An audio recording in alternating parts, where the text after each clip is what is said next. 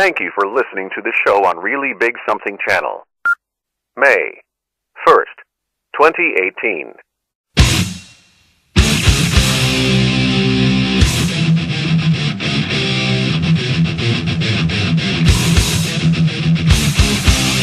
Warning: The Savage Nation contains adult language, adult content, psychological nudity. Listener discretion is advised.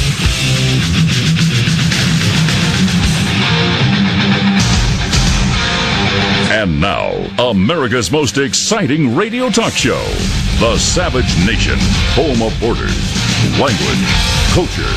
And here he is, author of Liberalism is a Mental Disorder, Trump's War, and God, Faith, and Reason, Michael Savage. It is The Savage Nation. I am playing Victory at Sea for a specific reason. I am going to talk about a number of topics today that are in the news, some not in the news, including assisted suicide, given that there's a 104-year-old doctor, scientist, who is leaving Australia for a doctor-assisted death. And I'm going to talk about these issues today, such as, do you believe that assisted suicide should be illegal? But I'm not going to talk about that right away. I'm going to talk about adapt or die in business or politics. It's a very, very well-known story in evolutionary biology. Those animals that did not adapt to the changing environments that were occurring at the time of their, let us say, existence died off. Even the great dinosaur died off owing to climate change at the time, not done as a result of man, by the way.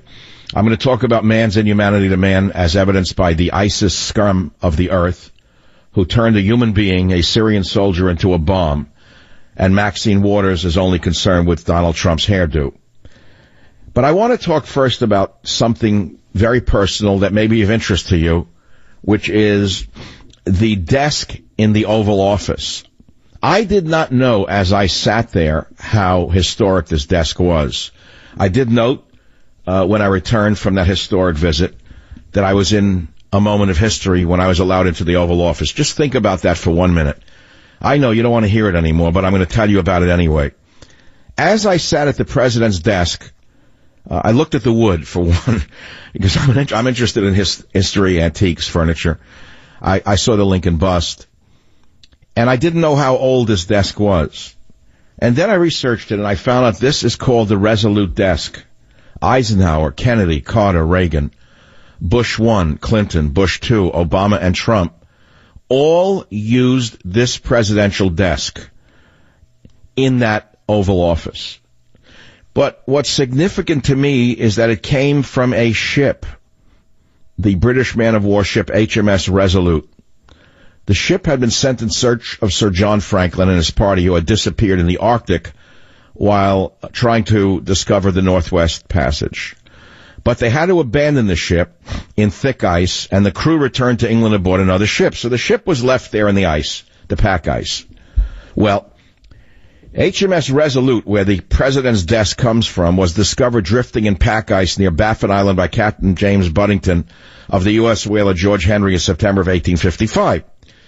When the ice thawed, he towed the ship back to his home port, or he took her to his home port of New London, Connecticut. I guess it sailed under its own power, where after the British government waived claim to her, the American government bought the ship from the fortunate whalers for $40,000.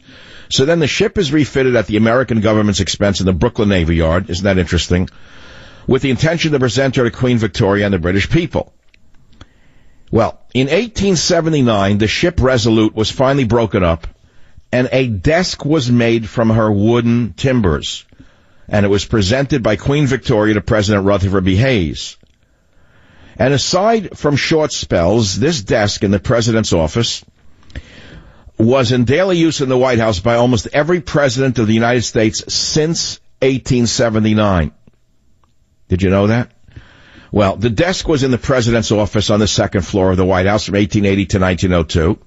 And then it was moved to the newly constructed West Wing. It remained on the second floor in the president's study. Following the Truman renovation of the White House in 1948 to 52, the president's desk was placed in the broadcast room. Listen to this.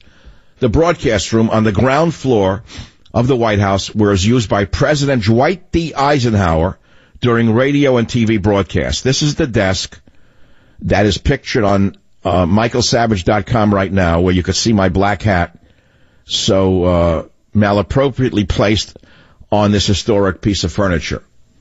But not knowing protocol, having grown up in the Bronx, I threw my hat on the desk. I said, hey, what's happening, man? How you doing? But if you think about it, I mean, I put my hat on the desk. Shouldn't have. It should have been taken from me by an aide. The button should have been pressed, and the hat should have been taken. Instead of a Diet Coke or an atomic bomb going off, the hat should have been taken. But no one told me don't put your hat on the desk. But when I realized Obama had put his feet on the desk, I figured, what's with a hat? If you can put your feet, why not put a hat on it? In January of 77, President Jimmy Carter requested that this historic desk be returned to the White House for the Oval Office. In 81, Ronald Reagan chose to use this desk in the Oval Office. President George Bush used it in the same office in 89. In 1993, the Resolute desk was returned to the Oval Office for use by President Clinton, and then President Bush after him, then President Obama, and now by President Donald Trump. And I had the honor of sitting there and putting my hat on the desk by accident. I just thought you'd want to know the history of it, and we changed the picture that was up on michaelsavage.com. Unfortunately, the webmaster put words over the picture, so you can't even see the picture. All you see are the words that say Michael Savage at the president's desk, used by Eisenhower, Kennedy, Carter, Reagan, Bush, Clinton, Bush, Obama, Trump, but you don't see the desk, you see the words. So if the webmaster is listening, save yourself further embarrassment by removing the lettering and put it somewhere smaller so that people can see the desk and understand that they're looking at a piece of history, as I certainly knew I was in the inner sanctum. Now, having said that, I want to talk about a number of other topics that may or may not be related to this particular subject of world powers. Remember now, Donald Trump is the most powerful man in the world. It doesn't matter whether you like him. It doesn't matter whether you voted for him. It doesn't matter what you've heard about him. It doesn't matter what you've not heard about him. He is the most powerful man in the world. So that is the most powerful wooden desk in the world. It has history baked into the wood. You can feel it in the wood when you sit near it, right? Especially from my sensibilities, because I'm an antiquarian and I've collected antiques my whole life. This is a very big piece of history. I'm going to do a jump cut now that has nothing to do with this subject directly, but somewhat indirectly. I was watching on Netflix last night a show called Narcos. I never had Netflix. I got it and I didn't leave the house. I'm going to become a shut-in now. I mean, in addition, there's no reason to leave the house now. I cook my own dinner and I watch movies. I used to switch around from military history to Naked and Afraid to, I don't know, whatever. I am car shows. I don't have to jump around now. I just pick a movie or a, show like this. So I'd heard a little bit about it and I watched it. I couldn't stop watching it. And it's about one of the horrible monsters of our time in Colombia, who created the drug cartel in Cali, Colombia. And I watched it with awe in the sense that I came to understand that in him killing off and fighting with the kingpins of other drug cartels to try to become the number one drug dealer in the world, and then the president of Colombia, no less, I realized that there was a piece of history here. Because going all the way back to King David, you know who he is, you've heard of him, King David, the man who ruled Israel in ancient times, David the king. Many religious people know David's Psalms, and they think he was a great scholar and poet, which he probably was, unless he had a poet or a songwriter writing these for him and appropriated them. But what you don't know is that he was a bandit and a mercenary. King David was a bandit and a mercenary. And in addition to that, what you don't know is that King David, I'm sorry to break the news to you, King David killed off the leaders of all the other tribes of Israel in order to amalgamate the tribes into a nation called Israel. Tribes ranging from 10 to 13, necessarily not the 12ness of the tribes mentioned in the Bible. Conventional wisdom of biblical scholarship in the Bible itself holds that David's single greatest achievement of statecraft was to forge the clans and tribes known loosely as Israelites, including his own tribe of Judah, into a single nation called Israel. And then he placed this nation of tribes under the governance of a king, an army, and a royal bureaucracy. And I once compared, I know you're not going to like to hear this, people don't understand where I'm coming from, King David to a narcos of his own time. He wasn't selling drugs, but he used violence to achieve absolute power. And if you look at the history of any nation on the planet, without exception, and I've studied this in great detail, there is not a nation on this planet that was not forged in violence and blood. Do you know that? Peaceful Norway, now being taken over by the Islamics, was once a Viking stronghold. We know who the Vikings were. What happened to the Vikings? They were destroyed by the feminists of their country and drugs. They were rendered useless and impotent, and so they're losing their Norwegian heritage and their Norwegian nation. The same with most of Scandinavia, dying off because of pacifism, feminism, and drugs. And so you look at the history of those nations, all forged in violence and blood. Is it any different than our nation? So when you hear the liars on the college campuses screaming that America is a fascist, racist nation forged in violence, in a way they're right, but they're also very wrong, because there's not a nation on earth that was not forged in violence and blood. Can you name one? Because I can't. And that will lead us to the next topic of the day of this wonderful monologue, which will be adapt or die, whether it's in business or politics. There's one watchword that I have used that you should use in your life, which is adapt or die. Join the Savage Nation. Call now, 855-400-SAVAGE, 855-400-7282. Savage. The Savage Nation is sponsored by Swiss America, the only company I trust with my financial future. Call 800-289-2640 or SwissAmerica.com. Thank you for listening to the show on Really Big Something Channel. So what I gave you in the opening monologue of 10 to 12 minutes is probably a great podcast, which I should do once a week. And that's what I should do, because that's the best thing you're going to get today is what you just had. And yet most of you are dumbfounded because you didn't hear dossier, you didn't hear hair cream, you didn't hear anything about Propecia, you didn't hear anything about Mueller, Trump, so you didn't know what to do. Russia, this, you didn't hear. You didn't hear anything about May Day, nothing. Nothing in the news was just discussed, so therefore you're dumbfounded. And you probably switched over to an individual who owns 1,000 real estate properties, raised the rent through poor people in the gutter, and then claimed he represented the poor. But then you said, but he's a great American, that's what Americans should do. That's American business. You buy apartments, you put in a flower bed, you throw people out, and then you claim that you're a man of the people and you're a great American. That's the kind of show you want to hear. That is the kind of show you want to watch on Fox News. You know, there is so much hypocrisy in the media, it's enough to make you vomit. We continuously attack the left for being hypocrites and liars. But when we amongst ourselves have hypocrites and liars, and we make excuses for the hypocrisy and the lies, what does that make us? Nothing. All of politics is just get the other guy. It has no meaning whatsoever when you think about it. And so if I tell you that the show on Netflix, Narcos, about, I can't remember his name, honest to God, it's not in my head, the drug dealer from Cali Cartel was captured and killed, the shootout, doesn't really matter. Escobar. And the way he got there was by killing off all his competitors. In business in America, the hedge funds kill off the other hedge funds. In virtually all walks of life in America, because of competition, whether the field is radio or others, people will try to kill you while pretending they're good Americans and great Americans. And usually they draw together in a cartel. That's when I say cartel in the radio business, I'm not just making it up. It is like a cartel of the type I am talking about. They're trying to kill off their competition. Independents like myself are not allowed to live.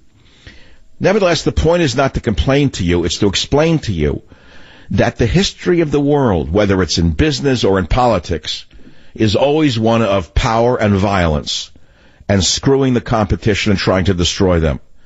And I mean, I understand survival of the fittest. It doesn't bother me. I understand how the world works. The part of this game that bothers me are the liars. Now, we know the left always lies, by pretending they represent the poor. Here you have one of the richest women on earth, Nancy Pelosi, making believe she represents the poor illegal alien. The same with Schumer, the same with all of them on the left. Rich, powerful oligarchs pretending that they represent the poor and the immigrant. Now, I don't know who buys this lie. Do the poor buy the lie that Pelosi likes the poor? That she washes the feet of the illegal alien is because she likes the illegal alien? Does she think anyone's buying the act? Does anyone believe Jerry Brown is not an oligarch and an elitist?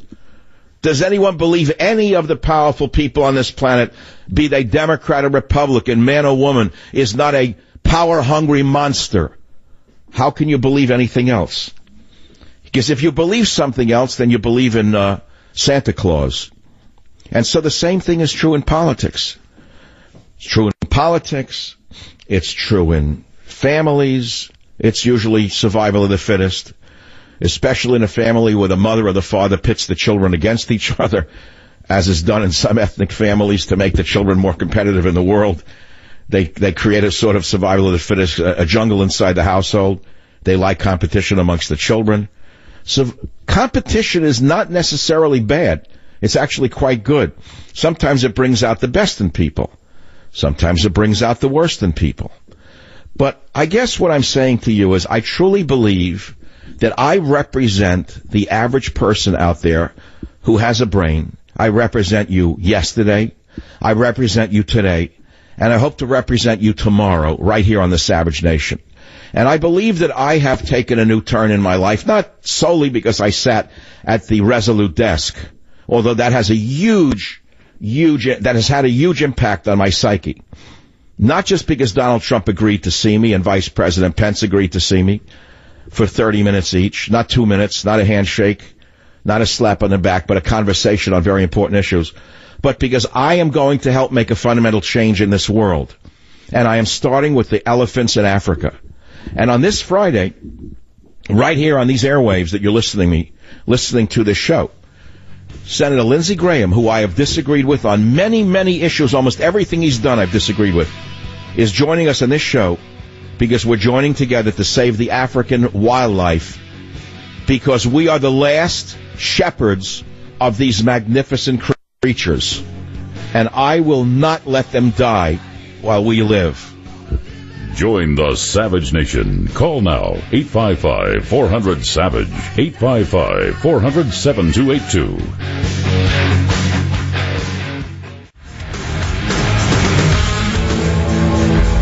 Playing a little Viking music here. Look what happened to the Vikings. Look what happened to the Vikings as a result of communism, socialism, feminism. The men are still there. You've got gigantic men of great strength, but their brains have been destroyed. Their soul has been warped. Their spirit has been stolen by left-wing feminism. You know, feminism can be a very healthful thing for a nation if it encouraged men in their masculinity to protect the nation. That's the kind of feminism this nation needs. And I don't think anyone's articulated that the way I just did.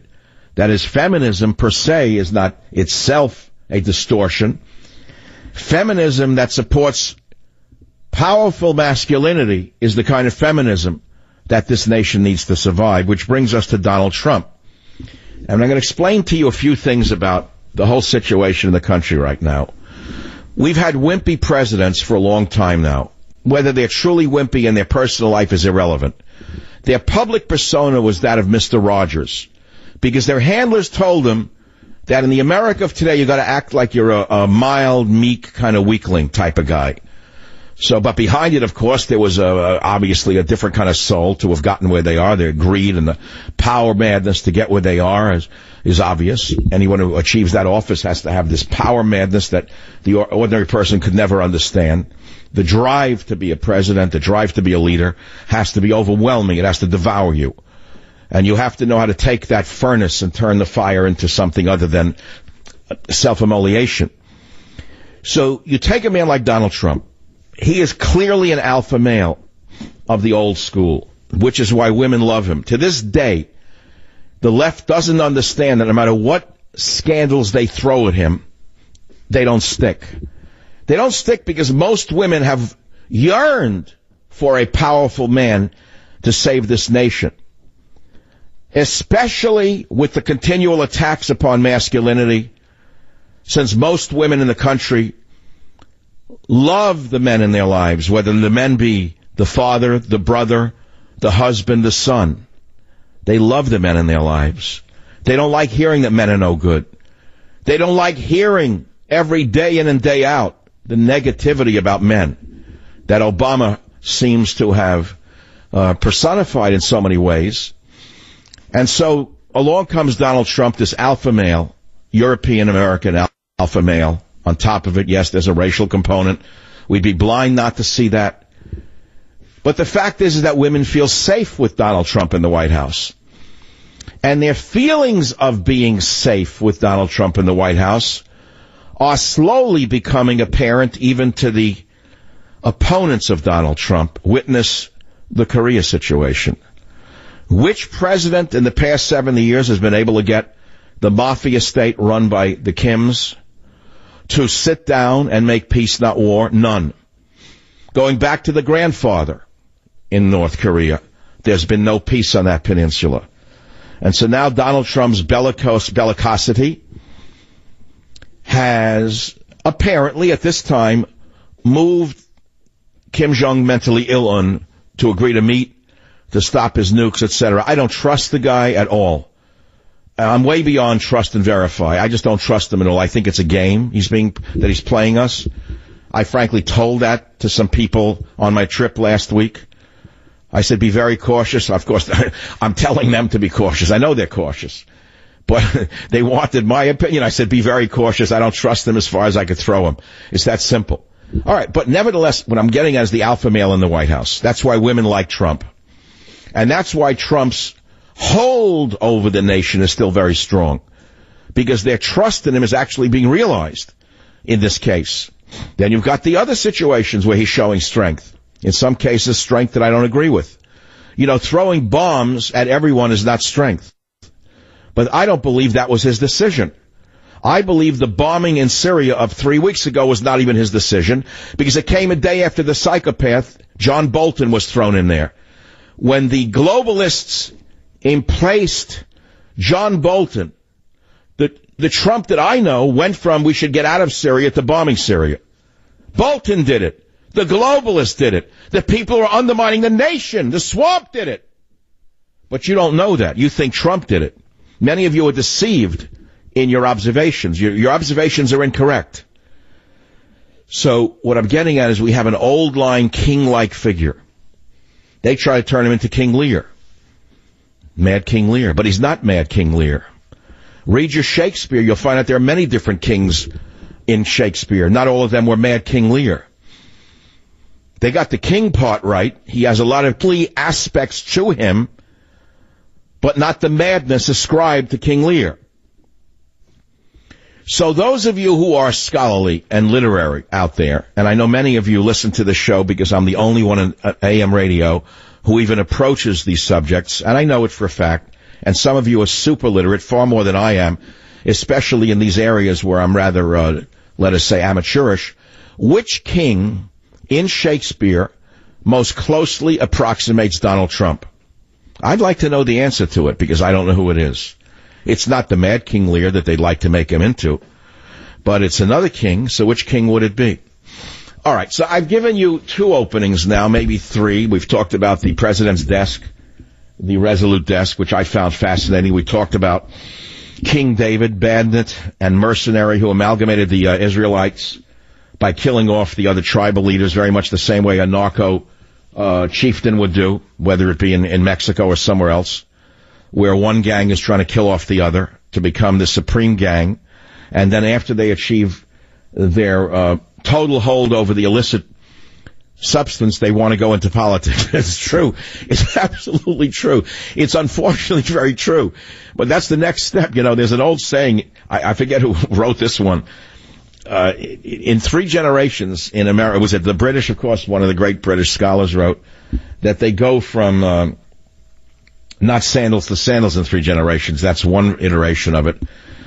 But money goes from red to white in 2 generations. Money goes from red to white in 1 or 2 generations. meaning the money that is made as done by the Kennedys, for example. The money was made through blood, the blood of drug dealing, meaning everyone knows that. The old man, Joe Kennedy, was a bootlegger. He made a fortune, basically, in his time by selling booze that was illegal in America, and then he put his sons into politics. That's the way it worked. And then they became a very legitimate family, and the money went from red to white in 1 or 2 generations. It's just the way the way it is.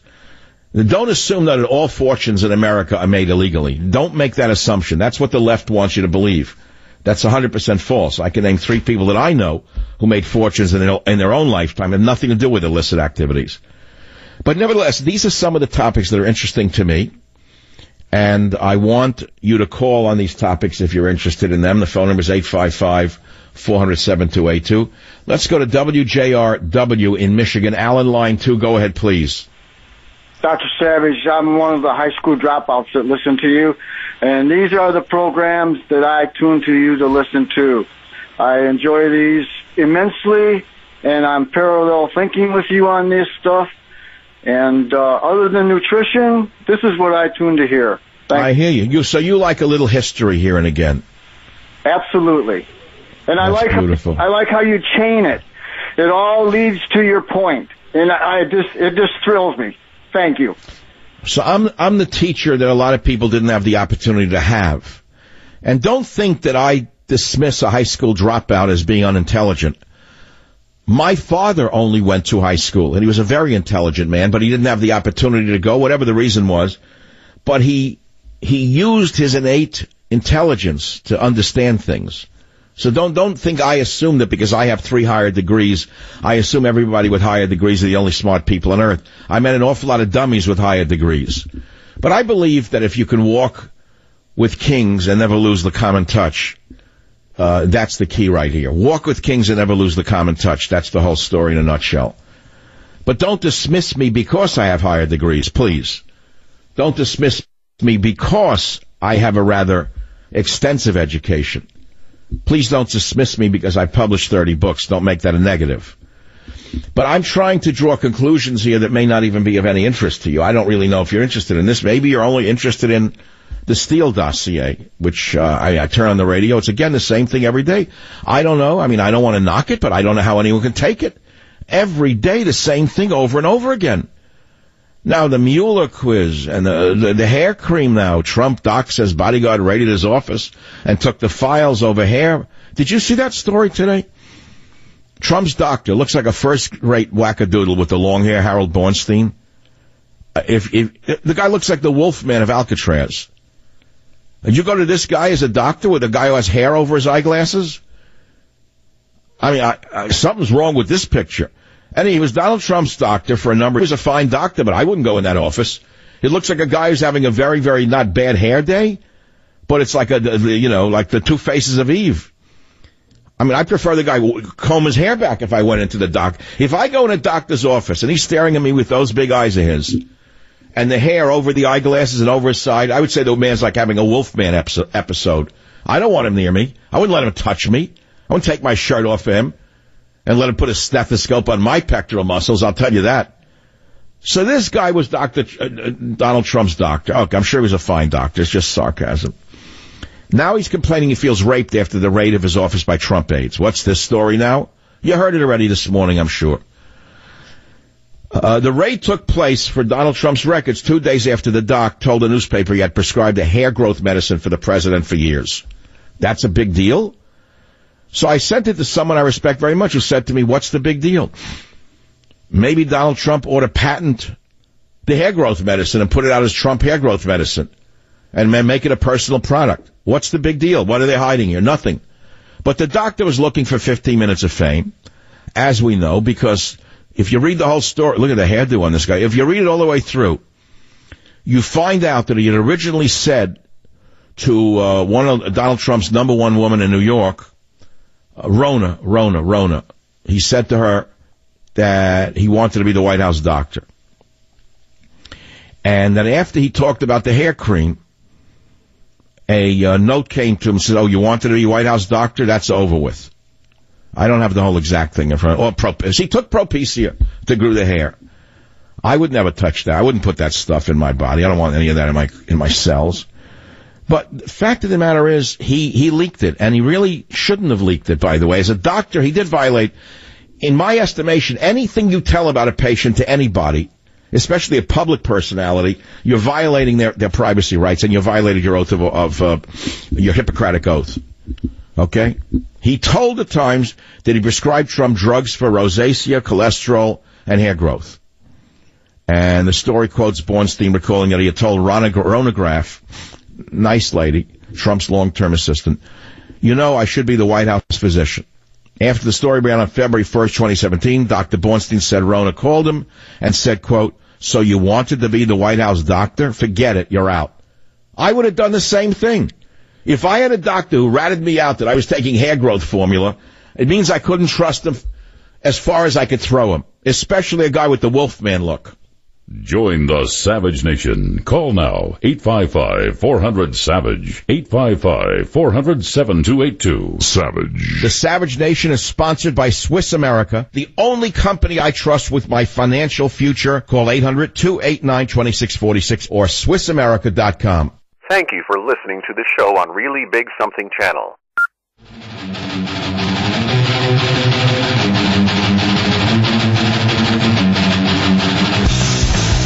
Look, I'll bet you don't spend much time thinking about your circulation, but I really think you should. Everyone knows good circulation is crucial to our energy and stamina. It brings oxygen and nutrients flowing throughout your body, helps you exercise longer, do more everyday activities, and recover more quickly. So what can you do to promote healthy circulation? Drink Super Beets.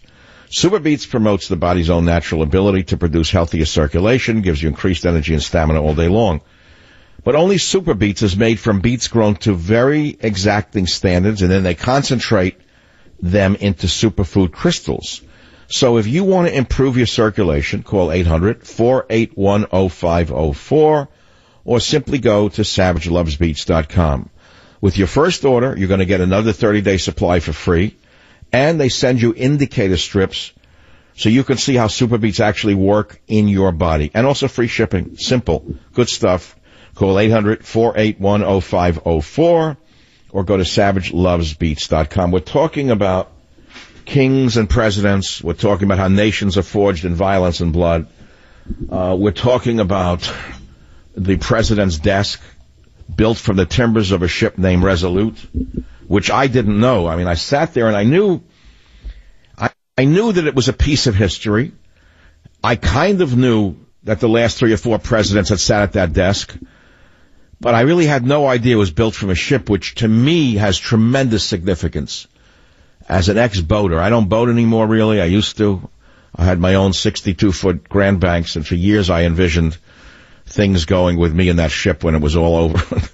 Taking it out to sea and putting it on an autopilot, aiming it west with a few sticks of dynamite and a tube of Valium. I'm joking. Come on. I'm just saying I was going to do a Viking funeral at the end. If they gave me a diagnosis of a certain number, like 30 days left, it was going to be me and the 62 GB, not Teddy.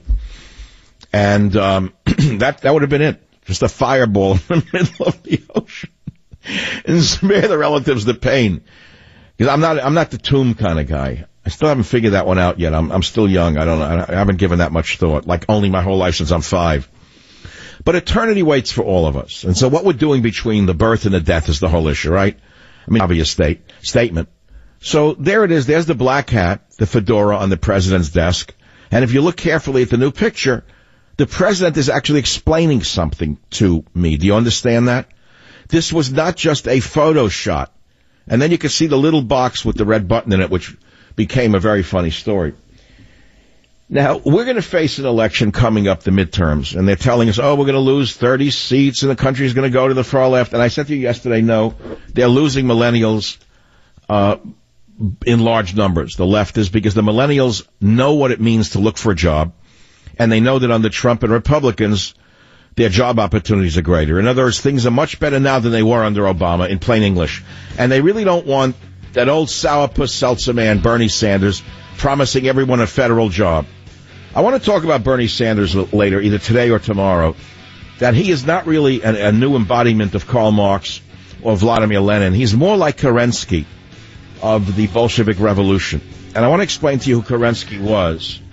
and why Bernie Sanders is philosophically the Kerensky of the left. Join the Savage Nation. Call now, 855-400-SAVAGE. 855-400-SAVAGE. Thank you for listening to the show on Really Big Something Channel. So I'm a cat, and I just moved in with this new human, and she's got this little toy she's always playing with, all day long. Tap, tap, tap, tap, bloop, bloop. She can't put it down. There it is. Oh, and get this. She even talks to it. Last week she asked it for Chinese, and guess what? Egg rolls showed up. Like magic. Humans have cool toys. A person is the best thing to happen to a shelter pet. Be that person. Adopt. Brought to you by the Ad Council and the ShelterPetProject.org. So, I'm a dog, and I just got adopted by this new human guy, and I'm starting to wonder how he got along without me. I mean, okay, something as simple as walking around the block. He's got this leash thing, and he puts me on one end and him on the other, and I'm just taking him around. I think he's afraid of getting lost. Without that leash and me guiding him along, I don't think he'd find his way back home. But it's kind of cute. A person is the best thing to happen to a shelter pet. Be that person. Adopt. Brought to you by the Ad Council and the ShelterPetProject.org.